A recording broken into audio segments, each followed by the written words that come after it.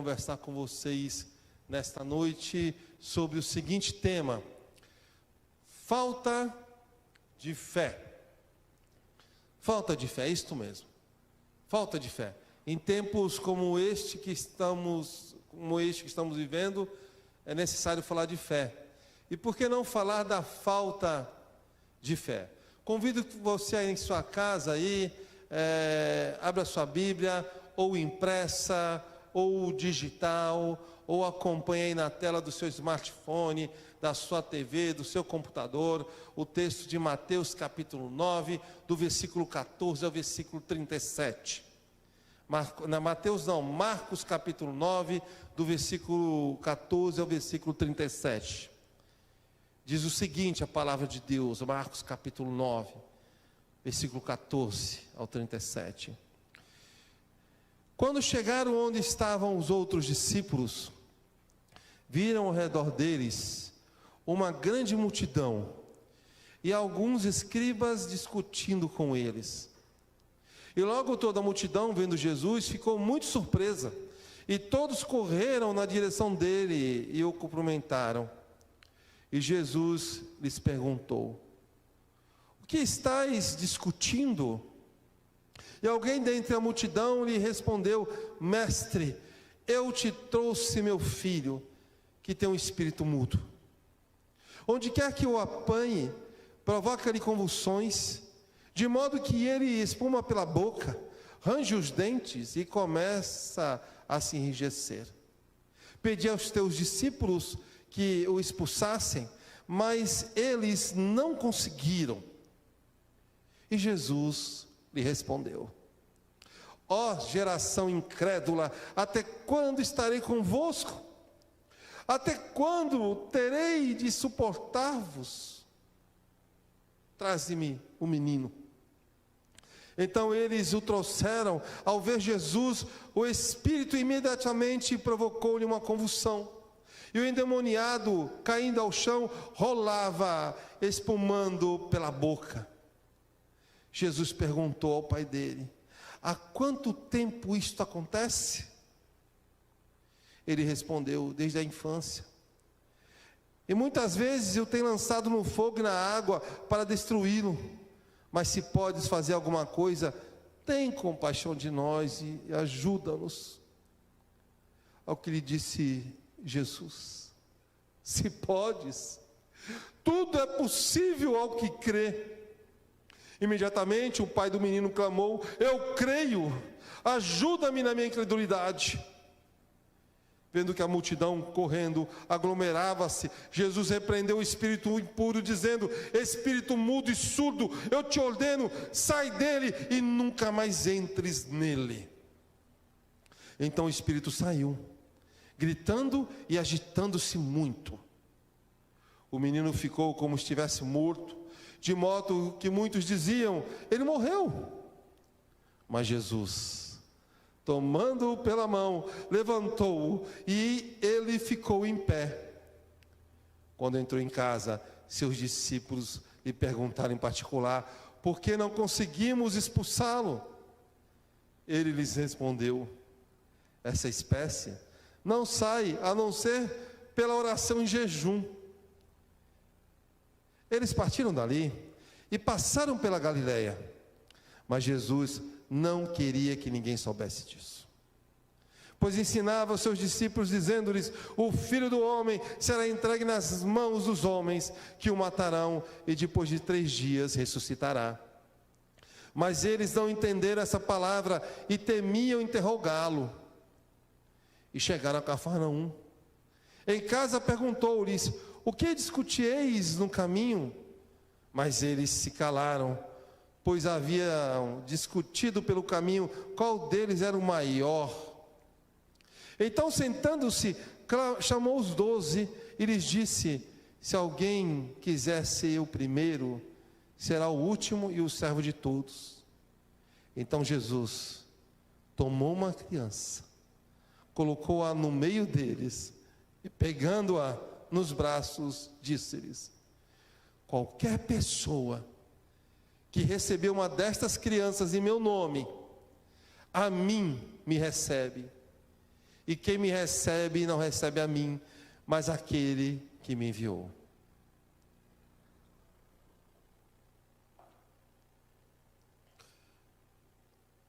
É claro, nesta narrativa, que os discípulos estavam vacilantes no exercício da fé. Estavam deficientes na vida cristã. No Evangelho de Mateus, fica mais explícito a ineficiência dos discípulos quanto ao exercício da fé. Se você ler Mateus capítulo 17, versículos 19 e 20, este mesmo texto bíblico, mas lá em Mateus, podemos ler o seguinte: por que motivo não podemos expulsar o demônio? E Jesus respondeu: por causa da pequenez da vossa fé. Era uma fé pequena. Eles estavam perdendo a fé. E a fé era trabalhada a partir de proporções. Aqui não é a fé salvífica. A fé salvífica é a mesma proporção em cada coração, pois Deus colocou a fé salvífica em cada coração. E não depende de você, depende unicamente dele. Mas a fé tratada aqui é aquela fé relacionada às situações da vida. E os discípulos estavam com a fé pequena. Se você ler os textos bíblicos, os evangelhos, você vai perceber várias narrativas que falam de fé. Certa vez, um centurião pediu para que Jesus estivesse curando o seu servo. E ele disse: Senhor, se o Senhor orar daqui mesmo, será curado. E Jesus curou, e Jesus disse: que fé maravilhosa desse homem, que fé grande. E é disso que Jesus está falando. Os discípulos estavam perdendo a fé, estavam vacilantes. Os discípulos foram pressionados pela multidão e depois foram censurados por Jesus. Mas Jesus, aquele que censurou, é o mesmo que orientou os seus discípulos quanto aos aspectos da vida cristã relacionados à fé. Jesus quer que sua fé cresça. Jesus quer que você tenha uma fé eficiente. E a falta de fé compromete profundamente a caminhada cristã e produz crentes fracos e situações negativas. Hoje, as pessoas estão sem fé em Deus, sem fé que Deus está no controle da pandemia, sem fé que Deus está no controle da economia, sem fé que Deus está no controle das enfermidades, sem fé que Deus está no controle dos relacionamentos. As pessoas estão sem fé. E muitos crentes se esqueceram que a fé é a garantia do que se espera e a prova do que se não vê. Hebreus capítulo 11, versículo 1. E você está desafiado a desenvolver uma fé autêntica, genuína, uma vida cristã cheia de fé. E sabe por quê? Porque sem fé é impossível agradar a Deus. Hebreus capítulo 11, versículo 6. A falta de fé, evidenciada nesta narrativa pelos discípulos, é uma triste realidade da igreja. A igreja está sem fé, e a igreja precisa ter um encontro com a fé em Cristo Jesus. E à luz das 3 cenas narradas aqui em Marcos capítulo 9, versículo 14 a 37, temos 3 cenas aqui. Destacam-se as seguintes lições. Primeira lição da primeira cena, que vai do versículo 14 ao versículo 29, o episódio do menino endemoniado.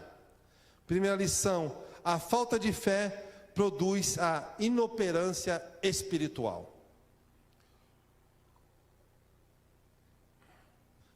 Esta primeira cena apresenta a cura de um menino vítima de um espírito imundo e mudo. Imundo e mudo. Esse processo de cura revelou o despreparo dos discípulos. Eles estavam vacilantes na fé. Eles não conseguiam resolver o problema da fé deles. O problema estava com eles. E esta narrativa, ela demonstra a inoperância daqueles discípulos. E a inoperância na vida cristã possui uma causa espiritual. E Jesus apresenta como causa da inoperância a incredulidade, a falta de fé. É que diz o versículo 19: ó geração incrédula. Ó geração incrédula, que não crê que Deus está no controle da situação, que só olha para os homens, que entende que os homens irão resolver os problemas da vida, que irão resolver a pandemia. A sua fé tem que estar em Jesus, você tem que se fortalecer em Jesus. Você tem que buscar mais a Jesus, orar, ler a Bíblia, se alimentar das coisas de Deus, senão você será um incrédulo. Ó geração incrédula, no versículo 23, Jesus afirma ao pai daquele menino que tudo é possível para o que tem fé. Tudo é possível para aquele que tem fé. Está na UTI, e fase terminal. Eu passei por isto.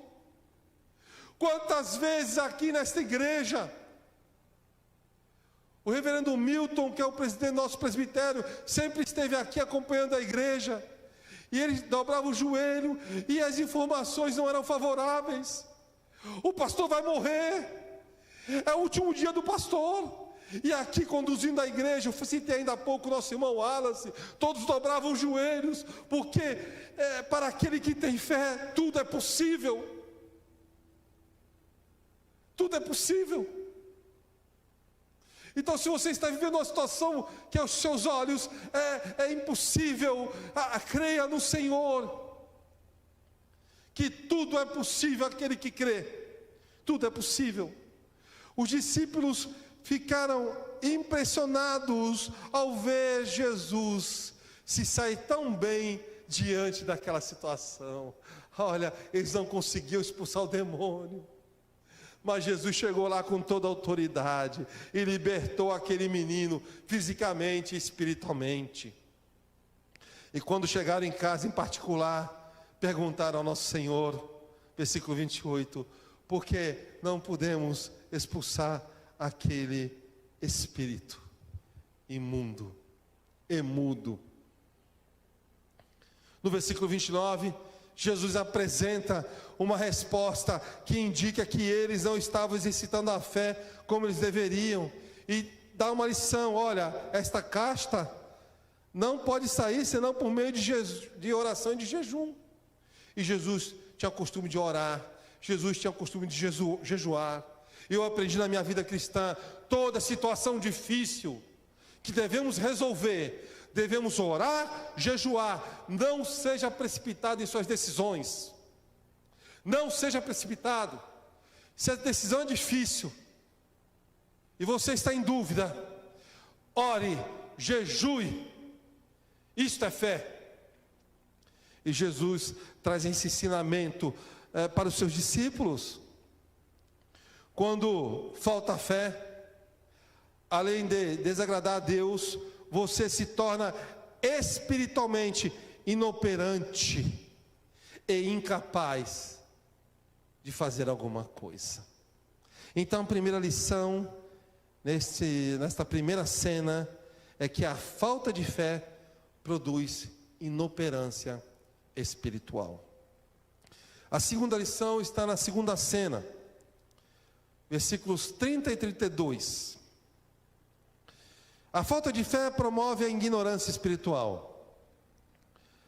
Nesta cena, o assunto era sobre a morte e ressurreição de Jesus. E os discípulos estavam um tanto alheios a tudo aquilo que Jesus estava falando, quanto à sua morte e à sua ressurreição. Nessa cena é revelada a ignorância acerca das questões espirituais. E Jesus havia falado várias vezes sobre sua morte e sobre sua ressurreição. Mas eles, contudo, não compreendiam isto. Versículo 32. Naturalmente, a compreensão e a aceitação de tal fato, morte e ressurreição de Cristo, trabalhados aqui, é um fato que exige fé. E essa é a razão pela qual muitas pessoas ainda hoje têm dificuldades em crer na morte e na ressurreição de Cristo. 1 Coríntios capítulo 2, versículo 14. E falando sobre experiências, sobre fé, nós pensamos na forte experiência de Abraão, o patriarca da fé, o pai da fé, quando estava para sacrificar seu filho Isaque. O escritor da carta aos Hebreus afirma que a fé de Abraão lhe possibilitou crer que Deus seria capaz de ressuscitar seu filho. Ele levou seu filho para o sacrifício, mas ele tinha uma fé tão profunda, uma fé tão integral, uma fé tão plena, que ele acreditava: eu vou sacrificar meu filho e Deus vai ressuscitar meu filho dentre os mortos. Isso é fé. Mas faltou aos discípulos a experiência de fé, para que pudessem ter outra visão da morte e ressurreição de Cristo. Eles estavam vacilantes na fé. Eles viram Deus fazer muitas maravilhas, Jesus ressuscitar mortos, Jesus curar enfermos, mas eles apenas viram, eles não experimentaram aquilo em suas vidas. Muitas vezes nós só vemos, observamos, ouvimos, mas não vivemos. Quando alguém diz a você: olha, a tal pessoa estava morrendo em estado terminal e Deus fez um milagre. Olha, eu ouvi essa notícia, mas será que você está vivendo isso? Quando o pastor posta no grupo da igreja: olha, ore por tal pessoa. Aí depois: olha, tal pessoa foi curada. Será que você viveu aquela cura? Será que você está orando? Isto é igreja. Ora uns pelos outros, para que quando Deus operar um milagre, seja ele qual for, você tenha essa experiência na sua vida cristã. E os discípulos estavam alheios. Havia uma ignorância espiritual, uma ignorância. Eles não entendiam o que Jesus estava falando muitas vezes. E a igreja tem caminhado na ignorância espiritual. Precisamos abrir nossos olhos, nossos ouvidos espirituais. Segundo a Bíblia, nem olhos viram, nem ouvidos ouviram, nem jamais penetrou no coração humano o que Deus tem preparado para aqueles que o amam. 1 Coríntios capítulo 2, versículo 9. A falta de fé impede você vislumbrar as coisas de Deus. A falta de fé estava impedindo os discípulos a enxergarem as maravilhas de Deus. Eles estavam vacilantes na fé. Estavam perdendo a fé. E olhe que a questão de fé é algo muito pessoal. Depende de você. Eles estavam com o mestre, caminhando com o mestre, aprendendo diretamente do mestre, mas aquele tipo de fé dependia deles, e depende de você também.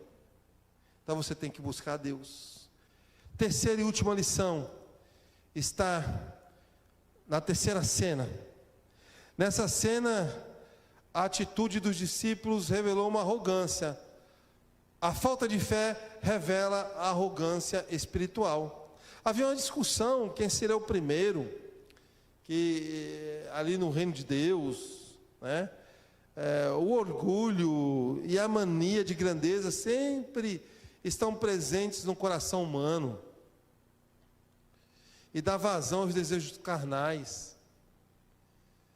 A mania de grandeza, porque eu tenho poder, né? Porque eu tenho mais que você.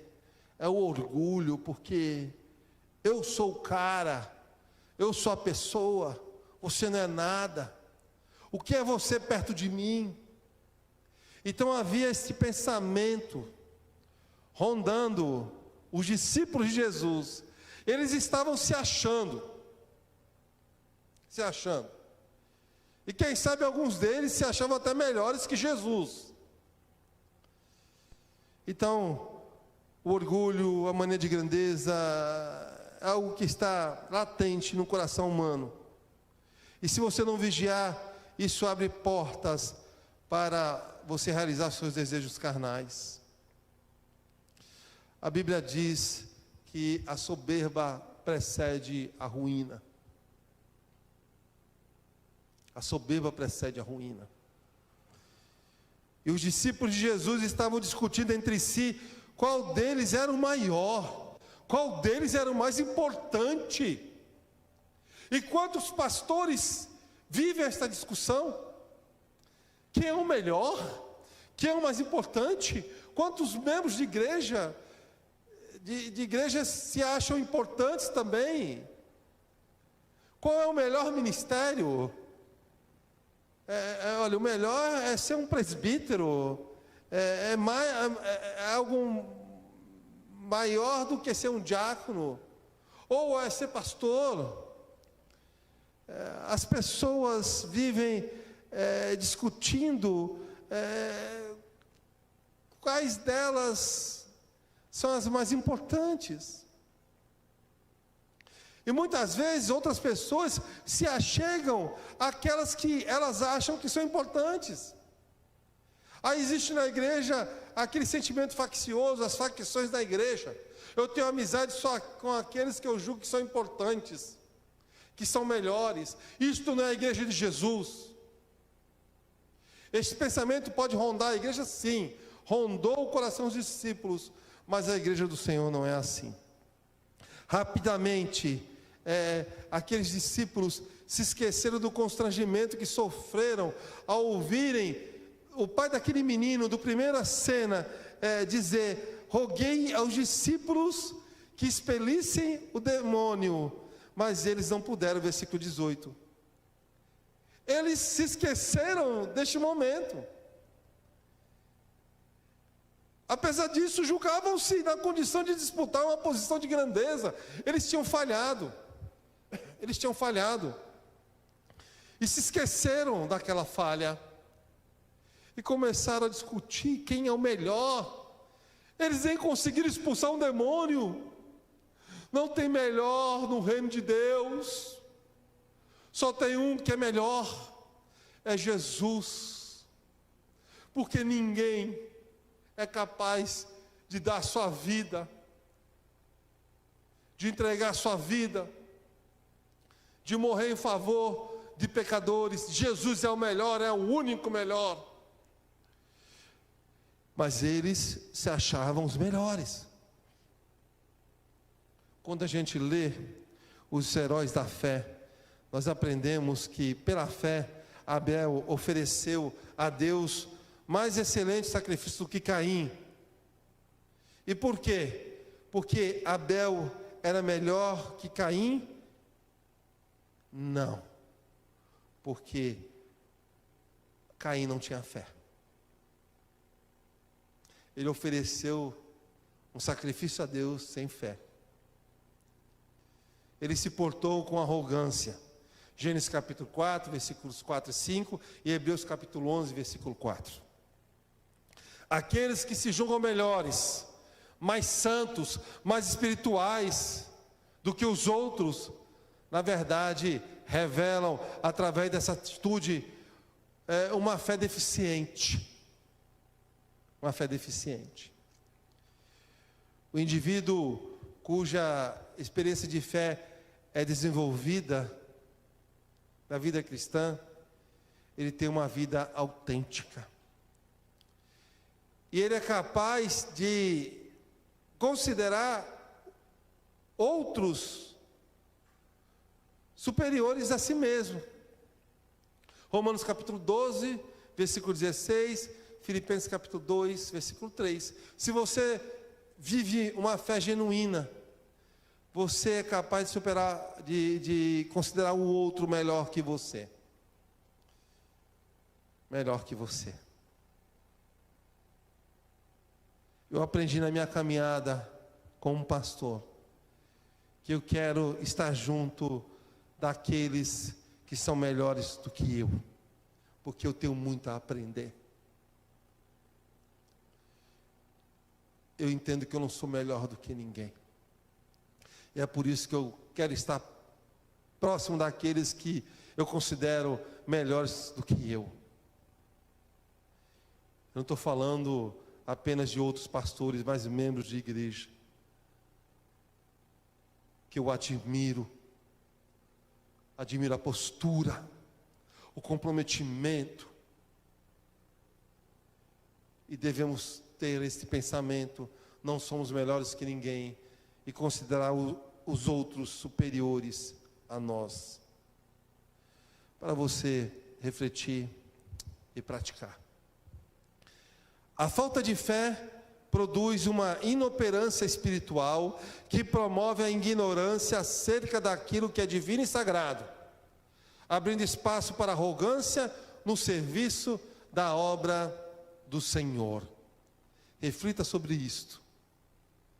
A falta de fé produz uma inoperância espiritual que promove a ignorância acerca daquilo que é divino e sagrado, abrindo espaço para arrogância no serviço da obra do Senhor. Refletindo sobre isto, exercite uma fé na autoridade de Cristo. Uma fé atuante. 1 Tessalonicenses capítulo 1, versículo 3. Lembramos-nos constantemente da vossa fé atuante. Aquela igreja era uma igreja que era recomendada por Paulo, uma igreja que tinha uma fé atuante. Exercite uma fé na autoridade de Cristo, uma fé racional. Oséias capítulo 4, versículo 6, o meu povo está sendo destruído porque lhe falta conhecimento. Você precisa conhecer as Sagradas Escrituras, você precisa conhecer a história de Jesus, você precisa conhecer os maravilhosos feitos de Deus. Você precisa conhecer a Deus através da oração. Exercite uma fé na autoridade de Cristo, uma fé submissa. 1 de Pedro capítulo 5, versículo 6. Humilhai-vos sob a poderosa mão de Deus, para que Ele, ao seu tempo, vos exalte. Humilhai-vos. Humildade é fruto do Espírito. Pode não estar elencada ali nas 9 virtudes de Gálatas, capítulo 5, versículo 22, mas é fruto do Espírito. E humildade é dependência de Deus. Que assim seja em sua vida. Que você tenha uma fé atuante, uma fé racional, uma fé submissa, em nome de Jesus.